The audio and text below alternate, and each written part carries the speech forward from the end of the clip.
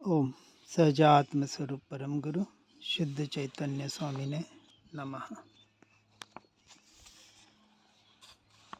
नमः समय साराय स्वानुभूत्या चकासते चित स्वभावाय भावाय सर्वभावांतरच्छिदे।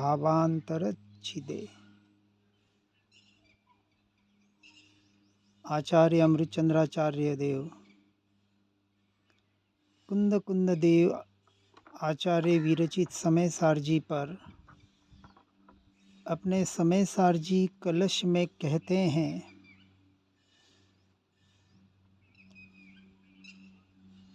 उस समय सार रूपी शास्त्र के द्वारा समय का सार ऐसे आत्मा को नमस्कार करते हैं जो स्वसंवेदन प्रत्यक्ष आत्मानुभूति पूर्वक होता है कि ऐसे चित्त स्वभाव के भाव से सर्व भावों का अंतर विच्छेद हो जाता है। स्वरूप और स्वभाव की रमणता ऐसे होती है कि एक समय के लिए भी परद्रव्य पर भावों में पर समय की ओर उपयोग जाए कैसे। 100% विच्छेद पर समय से और 100% आरोहण लीनता स्व समय में, ऐसे समय के सार रूपी त्रिकाली ध्रुव तत्व अभेद अखंड एक चैतन्य स्वभावी भगवान आत्मा, जिसके आश्रय से सम्यक दर्शन से लेकर केवल ज्ञान मोक्ष आदि की यात्रा पर्याय में होती है।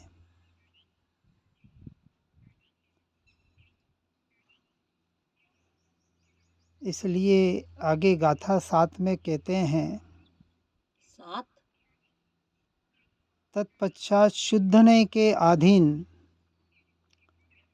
जो भिन्न आत्म ज्योति है वह प्रकट होती है कि जो 9 तत्वों में प्राप्त होने पर भी अपने एकत्व को नहीं छोड़ती। समय सार को नमस्कार करते हुए आगे कह रहे हैं, ऐसे शुद्धने के अधीन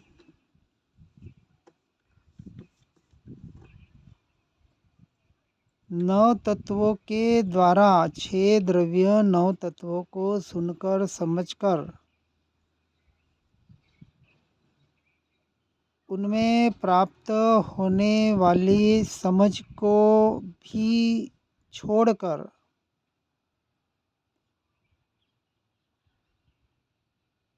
सबसे भिन्न ऐसे जो स्वसंवेदन प्रत्यक्ष आत्मज्योति प्रकट होती है,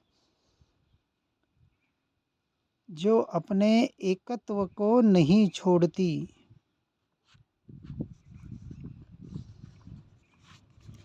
सबको समझने का सार यहाँ बताने का प्रयास कर रहे हैं गाथा 7 में।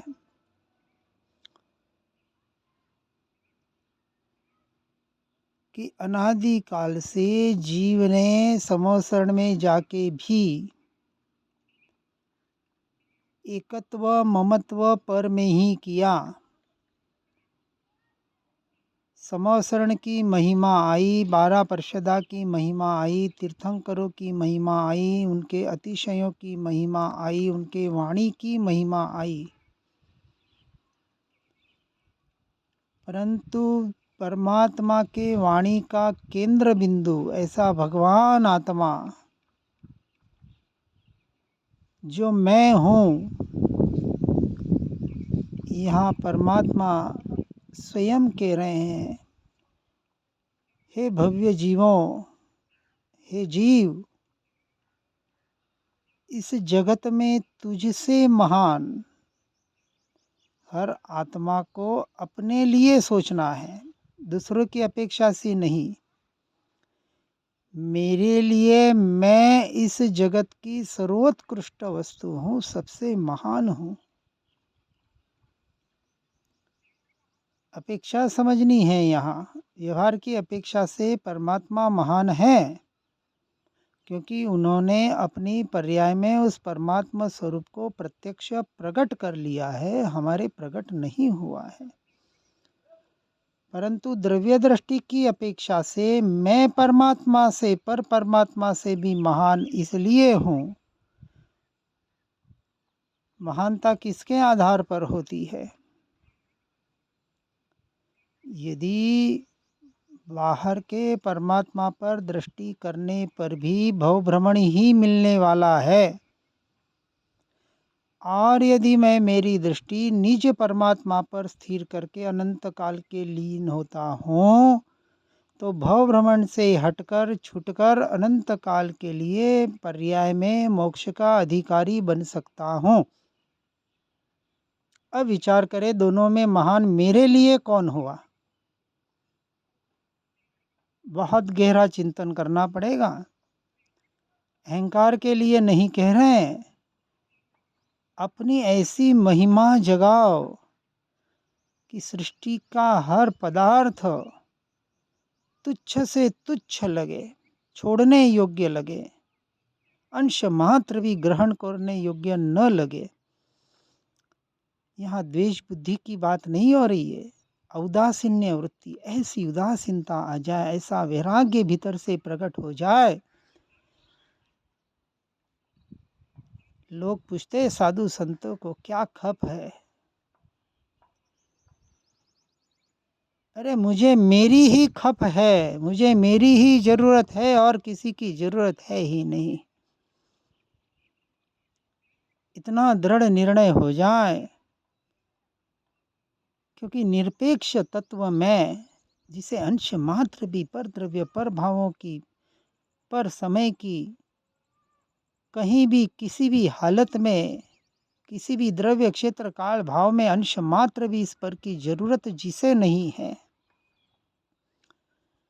यदि जरूरत पड़ती तो अरहंत सिद्ध परमात्मा अनंत काल के लिए अपने स्वरूप में स्थिर कैसे रह सकते? रह रहे हैं, क्योंकि वास्तविक इस स्वभाव को, इस स्वरूप को, इस आत्मा को शुद्ध निश्चय नहीं की अपेक्षा से वास्तविक किसी की जरूरत न थी, न है, न रहेगी। बस ऐसा दृढ़ श्रद्धान करके अपने भीतर आने का प्रयास और पुरुषार्थ करना पड़ेगा। इसलिए आचार्य अमृत चंद्राचार्य गाथा 9 में कहते हैं, कैसे कहते हैं कि शुद्ध नय का अनुभव करके कहते हैं। सिर्फ पढ़ा लिखा सुना नहीं, विद्वत्ता पंडिताई नहीं, अनुभूति के आधार पर कह रहे हैं कि इन समस्त भेदों को गौण करने वाला जो शुद्ध नय का विषयभूत चैतन्य चमत्कार मात्र तेज पुंज ऐसा जो आत्मा, कौन? मैं। आत्मा आते ही मैं, और मैं शब्द होते ही आत्मा ख्याल में आवे। ये जड़ मुर्दा, ये नाम, ये संसार परिवार नहीं। ऐसा दृढ़ श्रद्धान, भले व्यवहार से बोल दे मेरा नाम फलाना है, मेरा ये, मेरा वो, मैं ऐसा, मैं वैसा। लोग व्यवहार में रहे तो ऐसा झूठ बोलना पड़ता है व्यवहार से। मेरी पत्नी, मेरे बच्चे, मेरी संपत्ति, मेरी गाड़ी, मेरा बंगला, मेरा शरीर, सारे झूठ कथन है। परंतु मान्यता सत्य हो तो ये कथन झूठा नहीं कहलाता। सम्यक दृष्टि और मिथ्या दृष्टि में यही तो फर्क है। दोनों एक से शब्द बोलते हैं, लेकिन दोनों की मान्यता में, श्रद्धान में जमीन आसमान का फर्क है। एक पर को बोल भी रहा है और मान भी रहा है कि यही तो मैं और मेरे, और सम्यक दृष्टि बोल रहा है, लेकिन भीतर से उसे पूरा श्रद्धान है। एक द्रव्य दूसरे द्रव्य का अंश मात्र भी कुछ कर नहीं सकता, ये तो दूर की बात। जो मेरी पर्याय मेरा कुछ नहीं कर सकती और उसकी मुझे जरूरत भी नहीं, क्योंकि मैं तो त्रिकाली ध्रुव तत्व जैसा का तैसा अनादि अनंत। ऐसा दृढ़ श्रद्धान भीतर से हो जाए।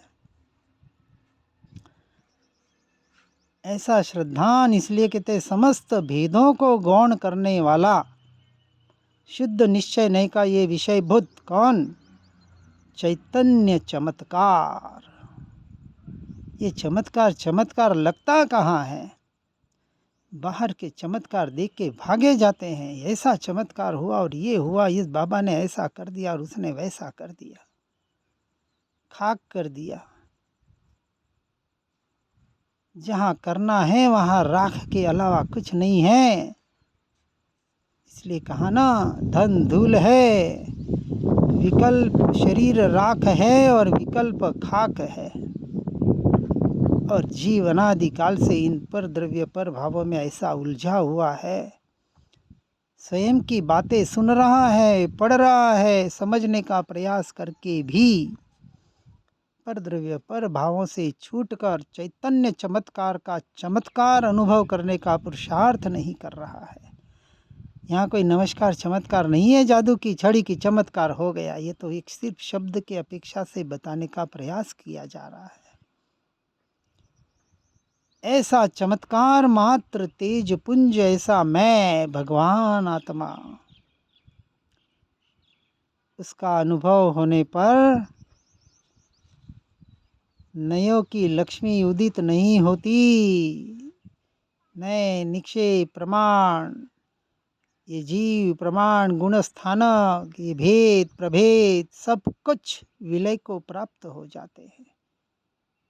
कुछ नहीं है वहाँ, नयातिक्रांत पक्षातिक्रांत, सारे भेदों से रहित, अभेद अखंड एक त्रिकाली ध्रुव तत्व। आहा, कैसी बात, उत्कृष्ट बात। इसका सहर्ष स्वीकार दृढ़ श्रद्धान के साथ। सारे नए निक्षेप प्रमाणों के समूह कहाँ चले जाते हैं हम नहीं जानते। कौन कह रहे? अमृत चंद्राचार्य देव कह रहे हैं। यहाँ 10वीं शताब्दी में होके गए। अपने अनुभूति के आधार पर जब अनुभव में होते हैं और अनुभव से जब बाहर निकलते हैं, तब कहते हैं कि हे भव्य जनों, वितरागी परमात्मा की वाणी जो भावलिंगी मुनियों के द्वारा हम तक पहुंची और जिसके आधार पर हमने साधना की, उसका अनुभव किया, उस अनुभव के आधार पर ये बता रहे हैं कि जब हम अपने अनुभव में होते हैं हमें पता ही नहीं होता ये भेद प्रभेद क्या है, ये नए निक्षेप प्रमाण क्या है, ये स्याद्वाद अनेकांतवाद क्या है, हमें कुछ भी पता नहीं होता। इससे अधिक क्या कहें, द्वैत ही प्रतिभासित नहीं होता। अद्वैत एक त्रिकाली ध्रुव तत्व। देखो, इसको पहले भी समझाने का प्रयास किया गया था। मिथ्या अद्वैत से द्वैत और द्वैत से सम्यक अद्वैत, 3 प्रोसेस। अनादि काल से यह जीव मिथ्या अद्वैत में जी रहा है, 2 को एक मान के। चेतन अचेतन, जीव अजीव, आत्मा शरीर को एक मान के, मैं और मेरा मान के अद्वैत का जीवन, मिथ्या अद्वैत का जीवन जी रहा है। मान्यता तो एक है लेकिन 2 को एक मान रहा है। तो उसे हमारे ज्ञानी पुरुष महापुरुष पहले भेद करवाते हैं कि हे भव्य जीरो, ये 2 एक नहीं है, 2 2 है। मैं और तू और मैं एक नहीं हूँ। परमात्मा को कहते हैं ना कि परमात्मा जो तू वही मैं नहीं। ये तो व्यवहार का कथन बाहर से। स्वरूप की अपेक्षा से कहा कि हे परमात्मा, तेरा स्वरूप वो मेरा स्वरूप, तू और मैं एक नहीं, तू तू है, मैं हूं। ये द्वैत करा दिया। पर से परमात्मा से भी दृष्टि हटा दी। किसने? परमात्मा ने ही। उन्हीं का तो उपदेश हम तक पहुंच रहा है। वही तो कह रहे हैं, तू स्वयं भगवान है। ऐसा निर्णय कर, निश्चय कर, नक्की कर और फिर अनुभव कर। इसके आधार पर तेरा काम होगा और तू पर्याय में परमात्मा पद को प्रकट कर सकता है। क्योंकि हर जीव इस सृष्टि का निगोद से लेके सिद्ध परमात्मा तक अनंतानंत जितने भी जीव हैं, सभी सिद्ध स्वरूपी तो है, शुद्ध स्वरूपी तो है। स्वभाव स्वरूप की अपेक्षा से अंश मात्र भी भेद नहीं है। लेकिन ये द्वैत प्रतिभासित हो रहा है। हे परमात्मा, तू कैसा और मैं हीन दीन पतित पावन कैसा अपने आप को मान रहा है, और जैसा मान रहा है वैसा तो होगा। जैसी पर्याय दृष्टि वैसा मानेगा अपने आप को। मिथ्या दृष्टि यही तो कर रहा है अनादिकाल से। अहंकार के लिए नहीं अपने को भगवान मानना है, भगवान मान के भगवत स्वरूप की आराधना में लीन होने के लिए। इसलिए पहले भेद कराया जाता है, दो का दो, पर का पर, स्व का स्व। इसलिए पर समय और स्व समय के स्वरूप को यथार्थ रूप से समझाकर द्वैत खड़ा करते हैं, भेद खड़ा करते हैं। और फिर कहते कि अब पर को पर के श्रेणी में रख, वहां से दृष्टि हटा, ये तू नहीं, तेरा नहीं। अब जो तू है, तेरा स्वरूप है, उस पर दृष्टि कर। इतना सा तो धर्म है, यही तो धर्म है। और क्या करना है? इतना सा काम जीव नहीं कर पा रहा है। पुकार पुकार कर ज्ञानी पुरुष बार बार कह रहे हैं, फिर भी जीव क्या कहे। ऐसे जीव वास्तविक सच्चे करुणा के पात्र है, बिचारे हैं। ये सुन पढ़ रहे हैं, उनकी बात कह रहा हूं। जिन्हें पता ही नहीं वो बिचारे नहीं हैं।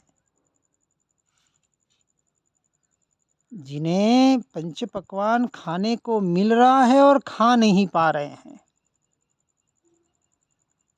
वो करुणा के पात्र है। महापुण्य के उदय से वस्तु का स्वरूप समझने को मिल रहा है, स्वीकार भी हो रहा है, और जीव आगे नहीं बढ़ पा रहा है। अरबों खरबों रुपए तिजोरी में पड़े हो और दो रोटी के लिए तरस रहा हो, फटी चड्डी पैंट पहन के घूम रहा हो, तो क्या कहेंगे? ऐसे मूर्ख कहेंगे, बेवकूफ कहेंगे, कंजूस के काका कहेंगे, जो भी कहेंगे। कैसा मूर्ख प्राणी है। देखो, भिखारी जैसा रह रहा है और घर में करोड़ों की अरबों की संपत्ति पड़ी है। ऐसा भीख मांगते नजर आवे कोई करोड़ अरबपति अंबानी जैसा, तो क्या कहोगे? पहचान हो जाए। विचार करना, अक्षय खजाने का तू मालिक, ये भगवान आत्मा अनंत सुख जिसमें पड़ा है, और सुख के लिए बाहर भीख मांग रहा है। कैसा भिखारी है ये।